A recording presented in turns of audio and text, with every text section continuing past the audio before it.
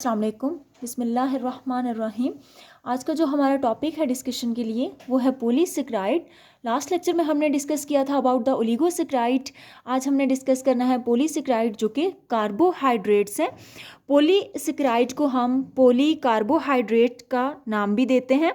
ये बेसिकली आपके पास polymeric carbohydrates हैं जो कि मोनोसेकेराइड यूनिट से बनते हैं। जब मोनोसेकेराइड यूनिट बॉन्ड बनाएगा, एक दूसरे के साथ बॉन्ड बनाते हैं मोनोसेकेराइड यूनिट ग्लाइकोसिडिक लिंकेज के थ्रू। तो बेसिकली हम कहते हैं कि ये आपके पास लॉन्ग चेन कार्बोहाइड्रेट्स हैं कि डिफरेंट जो मोनोसेकेराइड हैं वो आपके पास मिलके पॉलीसेकेराइड्स बनाते हैं। ठीक है, तो बेसिकली इसमें 10 से ज़्यादा मोनोसेकेराइड यूनिट होने चाहिए कि कोई भी एक मालिक्यूल जिसको हम पॉलीसेकेराइड का नाम देंगे उसमें 10 से ज़्यादा मोनोसेकेराइड होने चाहिए। जैसे प्रीवियस लेक्चर में हमने डिस्कस किया था कि ओलिगोसेकेराइड के बारे में पढ़ा था कि उनमें 3 to 10 मोनोसेकेराइड होंगे तो वो ओलिगोसेकेराइड कहलाएंगे, और 10 से ज़्यादा, फिर 10 से ऑनवर्ड, 10 से 10 है या 20 हैं, इसके अलावा 1000 तक भी हो सकते हैं, 100+1000 तक हो सकते हैं, तो ये मिलके मोनोसेकेराइड यूनिट आपके पास पॉलीसेकेराइड बनाते हैं। इनकी अगर हम प्रॉपर्टीज देखें तो बेसिकली ये टेस्ट लेस होते हैं। ऑल्दो सेकेराइड वर्ड यूज हुआ है दैट मीन शुगर, लेकिन जो सारी शुगर्स होती हैं वो आपके पास स्वीट नहीं होती। पॉलीसेकेराइड जो है ये टेस्ट लेस है और इनसॉल्युबल होता है वाटर में।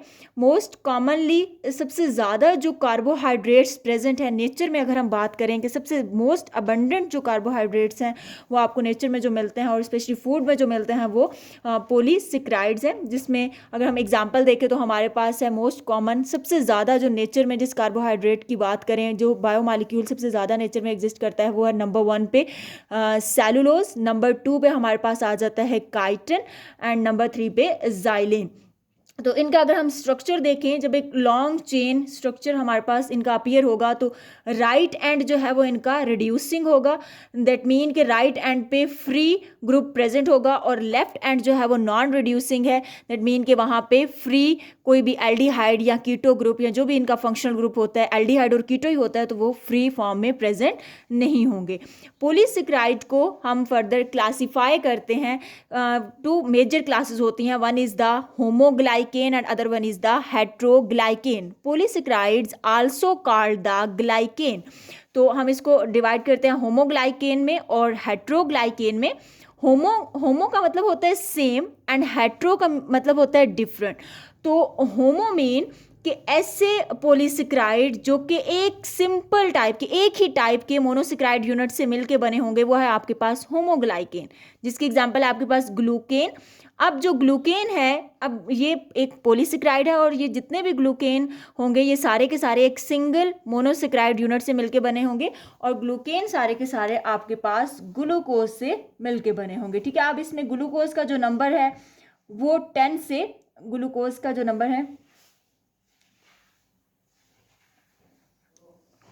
10 से ज़्यादा होगा। सारे ग्लूकेन सारे के सारे ऐसे पॉलीसेकेराइड जो कि ग्लूकोज से मिलके बने होंगे वो ग्लूकेन कहलाएंगे। सिमिलरली फ्रुक्टेन जो कि फ्रुक्टोज से मिलके बने होंगे सारे के सारे, वो आपके पास फ्रुक्टेन कहलाएंगे जो फ्रुक्टोज से मिलके बने होंगे। ग्लैक्टोज से जो मिलके बने होंगे वो ग्लैक्टेन कहलाएंगे। सिमिलरली अरेबन जो अरेबिनोज हम जानते हैं कि हमारे पास जो है वो एक मोनोसेकेराइड है, 5 कार्बन कंटेनिंग मोनोसेकेराइड पेंटोज है और एल्डिहाइड पेंटोज है। तो जितने भी जो अरेबिनोज हैं वो मिलके, मल्टीपल अरेबिनोज मिलके हमारे पास एक पॉलीसेकेराइड बनाएंगे और वो पॉलीसेकेराइड कहलाएगा आपके पास अरेबन। ठीक है, नेक्स्ट है हमारे पास हेट्रोग्लाइकेन कि ऐसे पॉलीसेकेराइड जो एक से ज़्यादा मोनोसेकेराइड यूनिट से मिलके बने होते हैं, यानी कि उनके अंदर एक ही टाइप का मोनोसेकेराइड यूनिट नहीं प्रेजेंट होते बल्कि डिफरेंट टाइप्स के मोनोसेकेराइड यूनिट और सम जो है वो मोनोसेकेराइड डेरिवेटिव भी इनके अंदर प्रेजेंट होते हैं। ठीक है, तो एग्जाम्पल है इसकी हमारे पास हाइलोयूरेनिक एसिड और कॉन्ड्रेटिन। नेक्स्ट हम इनको क्लासीफाई करते हैं इनके फंक्शन की बेस पे कि ये जो पॉलीसेकेराइड्स हैं क्या रोल प्ले कर रहे होते हैं नेचर में हमारे पास। तो पॉलीसेकेराइड को हम डिवाइड करते हैं इनके फंक्शन की बेस पे as a food storage polysaccharides के कुछ ऐसे पॉलीसेकेराइड हैं जो कि एक्ट कर रहे होते हैं, ये food store as a food storage जो है वो प्रेजेंट होते हैं कि प्लांट्स जो हैं या एनिमल्स के बॉडी के अंदर या प्लांट्स की बॉडी के अंदर या जो दूसरे ऑर्गेनिज्म की बॉडी है वहाँ पे उनके अंदर as a reserve material store होते हैं जो कि एनर्जी प्रोवाइड करेंगे। तो उसमें सबसे पहले हमारे पास एग्जांपल है स्टार्च की।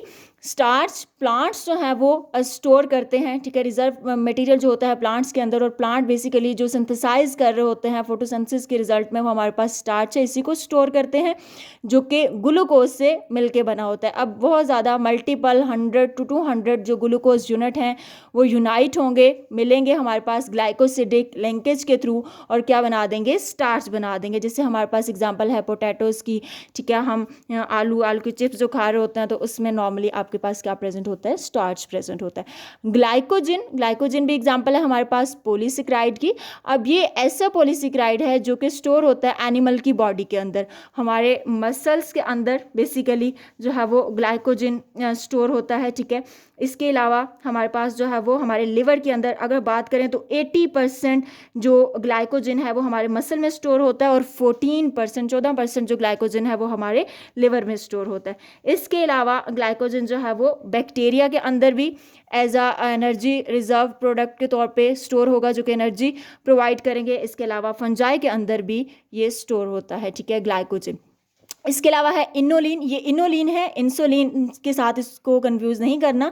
इनोलिन बेसिकली आपके पास पॉलीसेकेराइड है, और पॉलीसेकेराइड में से ये फ्रुक्टेन है, यानी कि बहुत ज़्यादा फ्रुक्टोज जो हैं वो मिल के हमारे पास क्या बनाते हैं, इनोलिन बनाते हैं। इनोलिन बेसिकली हम ऑब्टेन करते हैं डिफरेंट प्लांट से, जिसमें से एग्जाम्पल है चिकोरी प्लांट्स की, जिसे सदाबहार बूटी भी कहते हैं, तो उसमें ये इनोलिन प्रेजेंट होती है, ठीक है, पॉलीसेकेराइड है आपके पास। इसके अलावा लैमिनेरियन ये as a food material, reserve food material के तौर पे प्रेजेंट होती है ब्राउन एल्जी के अंदर। तो ब्राउन एल्जी जो है वो स्टोर करती है पॉलीसेकेराइड को एज अ फूड स्टोरेज के तौर पे, ये वहाँ पे एक्ट करता है। लैमिनेरियन स्टार्च का नाम भी हम इसे देते हैं, और ब्राउन एल्जी में ये प्रेजेंट होता है। तो ये डिफरेंट, इसके अलावा और भी डिफरेंट जो है वो पॉलीसेकेराइड प्रेजेंट है नेचर के अंदर, बट मोस्ट कॉमन ये पॉलीसेकेराइड जो कि फूड स्टोरेज के तौर पे प्रेजेंट होते हैं। नेक्स्ट है आपके पास स्ट्रक्चरल पॉलीसेकेराइड, दैट मीन ऐसे पॉलीसेकेराइड जो कि किसी भी स्ट्रक्चर का इंपॉर्टेंट कंपोनेंट बना रहे होते हैं। जैसे अगर हम प्लांट की बात करें तो प्लांट की जो सेल वॉल होती है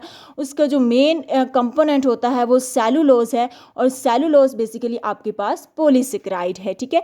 तो सेलुलोज जो कि प्रेजेंट होता है प्लांट की सेल वॉल के अंदर, और सबसे ज़्यादा नेचर में जो एग्जिस्ट करता है, अगर हम किसी बायोमॉलिक्यूल की बात करें कि ओवरऑल जो ऑर्गेनिक बायोमॉलिक्यूल हैं उनमें सबसे ज़्यादा नेचर में कौन सा मॉलिक्यूल एग्जिस्ट करता है, तो आपके पास है सेलुलोज नंबर 1 पे आ रहा है, ठीक है। तो ये प्लांट की सेल वॉल में प्रेजेंट होता है, और बेसिक उसका जो स्ट्रक्चर है प्लांट की सेल वॉल का, प्राइमरी सेल वॉल का, वो सेलुलोज बना रहा होता है।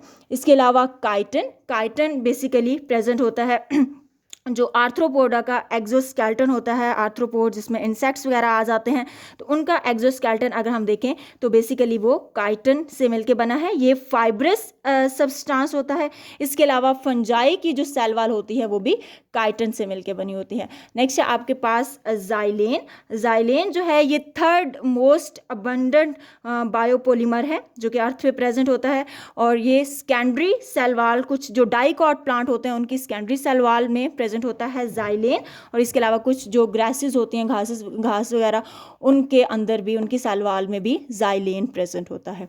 नेक्स्ट है थर्ड कैटेगरी हमारे पास म्यूकोपॉलीसेकेराइड्स की।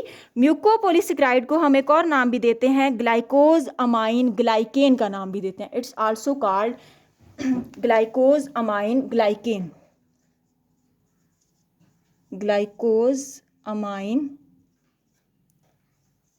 ग्लाइकेन। ये पॉलीसेकेराइड है हमारे पास। स्ट्रक्चर वाइज देखें तो ये हेट्रोग्लाइकेन है, दैट मीन कि ये मोनोसेकेराइड के जो डेरिवेटिव्स हैं उनसे मिलके बने होंगे। डिफरेंट मोनोसेकेराइड यूनिट्स जो हैं वो मिलके आपके पास म्यूकोपॉलीसेकेराइड बनाते हैं। ये लॉन्ग चेन शुगर मॉलिक्यूल है, थ्रू आउट हमारी बॉडी में ये प्रेजेंट होते हैं, स्पेशली जो म्यूकस के अंदर प्रेजेंट होते हैं, और इसके अलावा फ्लूइड में प्रेजेंट होते हैं अराउंड द जॉइंट्स। इनकी एग्जाम्पल है हमारे पास हाइलोयूरेनिक एसिड।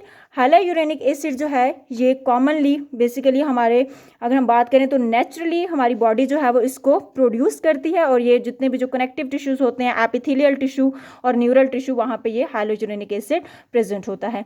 नेक्स्ट है आपके पास कॉन्ड्रोटिन सल्फेट। कॉन्ड्रोटिन सल्फेट जो है ये इंपॉर्टेंट पार्ट है कार्टिलेज का, cartilage that present around the joints in the body. Next one है आपके पास केराटिन सल्फेट भी जो है वो डिफरेंट बॉडी की हमारी जो बोन्स वगैरह होती हैं वहाँ पे भी ये प्रेजेंट होती है। और डर्मेटन सल्फेट भी आपके पास बोन्स वगैरह के अंदर, टिश्यूज़ वगैरह के अंदर। Keratin basically cornea, cartilage, bone में प्रेजेंट होती है, और जो डर्मेटन है ये भी डिफरेंट जो टिश्यूज़ होते हैं और ऑर्गन्स होते हैं वहाँ पे प्रेजेंट होती है। तो ये ओवरऑल हमने जस्ट ओवरव्यू देखा पॉलीसेकेराइड का कि पॉलीसेकेराइड हैं क्या बेसिकली, और किस तरह से हम इनको क्लासीफाई करते हैं, और डिफरेंट हमने इनकी एग्जाम्पल देखी। अब इंशाल्लाह हम वन बाय वन इनकी कुछ जो पॉलीसेकेराइड्स हैं उनको डिटेल से डिस्कस करेंगे।